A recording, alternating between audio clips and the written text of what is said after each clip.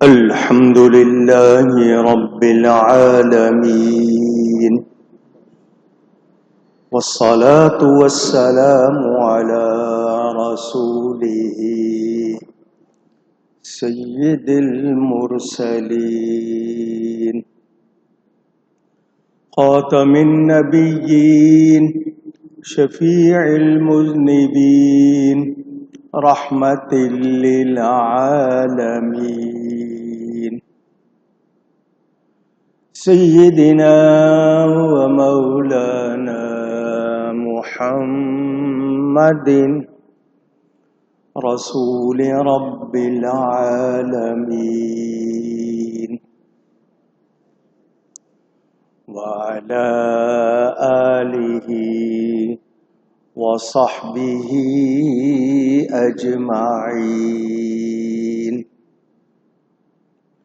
أما بعد فأعوذ بالله من الشيطان الرجيم. بسم الله الرحمن الرحيم.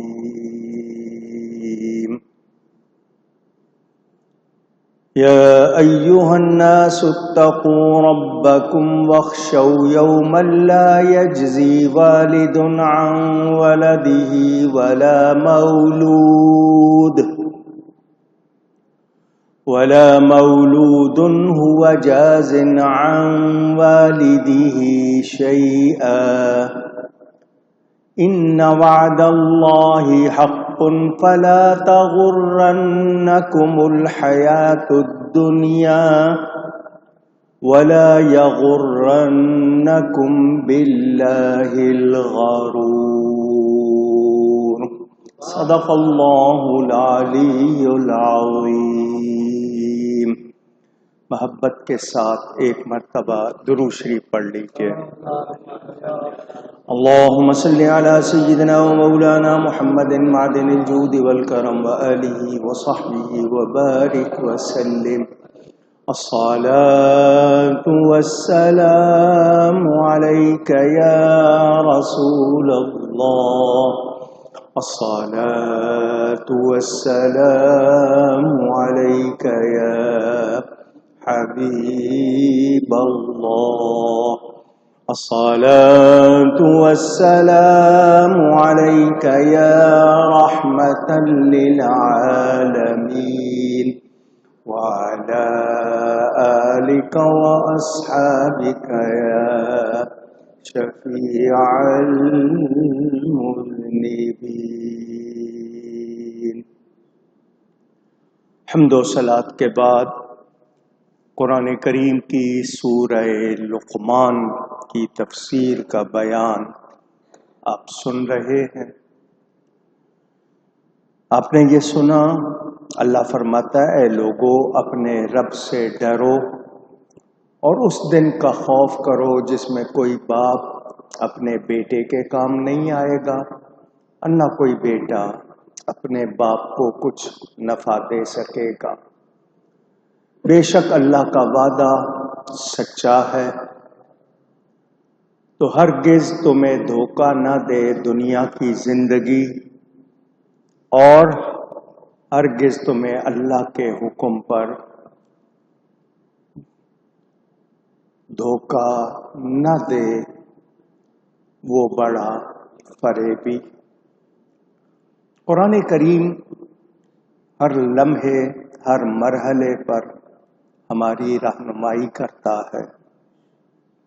وہ لوگ جو دنیا کی زندگی میں گم، مست کے معنی گم کے ہوتے ہیں، ایسے مست ہیں اس میں کہ انہیں خیال نہیں کہ ایک دن جانا ہے، نہیں پتا کس وقت موت آ جائے اور جا کر جواب دینا ہے. اگر ایمان والے نہیں ہوں گے تو پھر بخشش کی کوئی صورت نہیں ہوگی. صرف وہ لوگ ایک دوسرے کے کام آئیں گے جو ایمان والے اور تقوی والے ہوں گے، ورنہ کوئی کسی کو نفع نہیں دے سکے گا. اس حوالے سے آپ کو کچھ باتیں پچھلے جمعے سنائی تھیں. اللہ والے فائدہ دیں گے مگر جو لوگ دنیا میں رہ کر اور دنیا کی چیزوں میں گم ہو کر اللہ کو بھلائے ہوئے ہیں، وہ لوگ یاد رکھیں کہ جب تم نے اللہ کو بلا دیا تو اب تمہارے لیے کوئی گنجائش نہیں. اللہ کے سوا تمہیں کوئی فائدہ نہیں پہنچا سکے گا اگر اللہ نہ چاہے. اللہ چاہے گا تو دوسرے تمہیں فائدہ دے سکیں گے. یہاں یہ بات اس لیے آپ کو یاد رکھنی ہے، قرآن کی ایک آیت ہے الاخلاء یومئذ بعضهم لبعض عدو. الاخلاء یہ جمع ہے خلیل کی. خلیل اچھے گہرے دوست، جس کو فاسٹ فرینڈ کہتے ہیں آپ.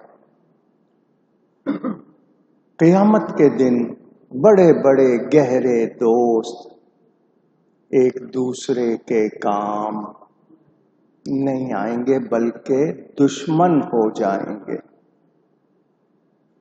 یہاں پر بہت دوستیاں ہیں، وہاں ایک دوسرے کے دشمن ہو جائیں گے. الا المتقین، مگر تقوی والے، اللہ سے ڈرنے والے ایک دوسرے سے وہاں بھی ہمدردی اچھا سلوک کریں گے. ایک آیت.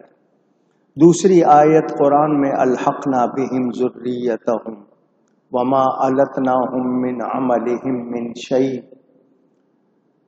کہ وہ اولاد، مومنوں کی وہ اولاد جو ایمان پر رہی، جنہوں نے نیک عمل کیے، تو وہ بھی ایک دوسرے کے کام آئیں گے اور ملا دیے جائیں گے. وہ اولاد مومن ہوگی، نیک ہوگی، تو وہ اپنے مومن نیک والدین سے ملا دی جائے گی.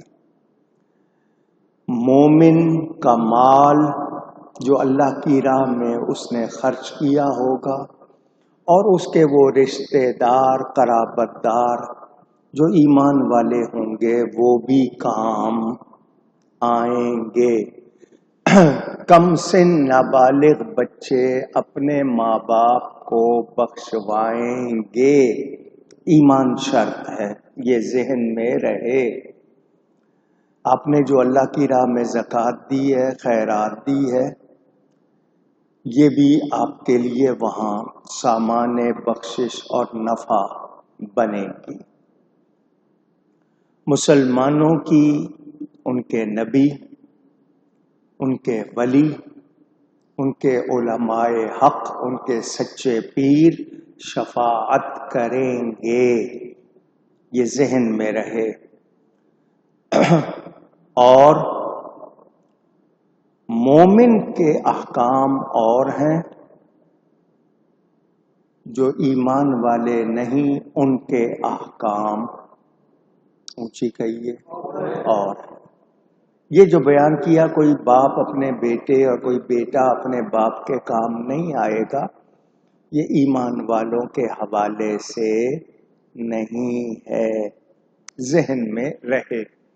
جنہوں نے دنیا میں رہ کر حق کو، سچ کو قبول نہیں کیا، اور جو دنیا میں رہ کر غافل رہے، وہ یاد رکھیں، ان کے لیے بتایا گیا. مگر جن لوگوں نے دنیا میں ایمان لا کر نیکی کی اور سچ پر قائم رہے اور وہ لوگ جو اللہ سے ڈرتے رہے وہ ایک دوسرے کے کام آئیں گے۔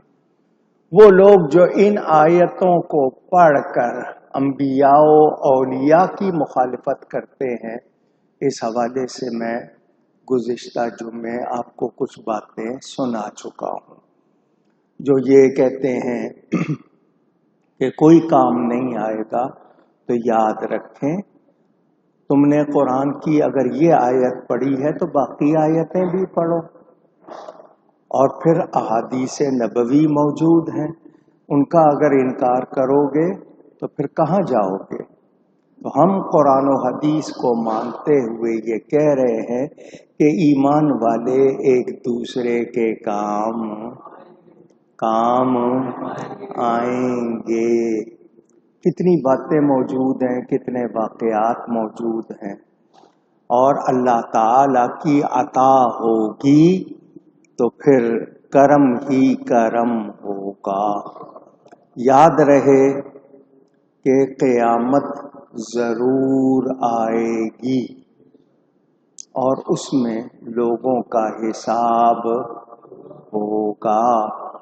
ایمان والے کامیاب ہوں گے، جن کے پاس ایمان نہیں وہ ناکام رہیں گے، اور قیامت خود بتائے گی کہ وہ کیوں ضروری۔ آج لوگ جو کچھ کر رہے ہیں بھولے ہوئے ہیں۔ آپ کے سامنے فلسطین کا حال ہے، غزہ کا حال ہے، وہ جابر، وہ ظالم جو دنیا بھر میں دوسروں پر ظلم کر رہے ہیں، وہ غافل ہیں، ان کو نہیں معلوم کہ کل ان کا حساب ہوگا، اور اللہ تعالی کے ہاں کوئی ناانصافی نہیں ہوتی۔ یہ دنیا میں ہیر پھیر کر لو گے، چھپا لو گے، اللہ سے کچھ چھپا سکتے نہیں۔ ایمان والوں کے حوالے سے دو تین باتیں کہنا چاہتا ہوں، وہ یہ: باپ ہو، ماں ہو، رشتہ دار ہوں، اولاد ہو، بہن بھائی ہوں یا قرابت دار، باپ کی طرف سے چچا، تایا، پھوپھی، پھوپھا، ماں کی طرف سے خالہ، ماموں وغیرہ، آج دنیا میں بعض جگہ بعض گھروں میں ناانصافی کرتے ہیں، حق مار لیتے ہیں ایک دوسرے کے ساتھ، وراثت میں، کاروبار میں اور کئی معاملات میں وہ ظلم کر لیتے ہیں۔ کچھ وراثت نہیں دیتے، کچھ دوسری طرح دھوکہ دیتے ہیں۔ وہ یاد رکھیں کہ دنیا کے 2 دن گزار لو گے، بالآخر تمہیں جواب دینا ہے۔ قیامت کے دن تمہارے پاس پیسے نہیں ہوں گے، کیا کرو گے؟ یہ سوچنا۔ ایک نمبر 2 یہ کہ پاکستان ہو یا دنیا کا کوئی ملک، اس کی عدالت میں ہو سکتا ہے کوئی دوسرے کے پاس ایسا ثبوت نہ ہو جس کو دنیا کی عدالت نہ مانے، اور بظاہر فیصلہ سچے کے خلاف ہو جائے۔ یہ دنیا کی عدالت میں ہو سکتا ہے، مگر اللہ کی عدالت میں ایسا نہیں ہو سکتا۔ وہاں کوئی مکمکا، یہاں وکیل خرید لو، جج خرید لو، کوئی کاغذ چھپا لو، کوئی ایویڈنس، کوئی گواہ، کوئی حلف، کوئی ثبوت چھپا لو، وہاں کچھ چھپا سکتے نہیں۔ تو اللہ سے ڈریں، اللہ سے ڈریں۔ وہ لوگ جو کہتے ہیں جاؤ کیا کر لو گے ہمارا، تو وہ یاد رکھیں کہ دنیا میں بھی اور آخرت میں بھی وہ پکڑ سے بچ سکتے نہیں، کیونکہ کہاوت ہے نا، اکڑ اسی وقت تک ہے جب تک پکڑ نہیں ہوتی، جب پکڑ ہو جائے تو پھر اکڑ رہتی نہیں. ایک بات. دوسری بات یہ کہ تم کسی کا حق مار کے جو کچھ کھاؤ گے وہ اپنے پیٹ میں آگ بھرو گے. اس کا گناہ الگ، مارنے کا الگ، اور پھر تم نے حساب دینا ہے، وہ معاملہ الگ. بچ سکتے نہیں.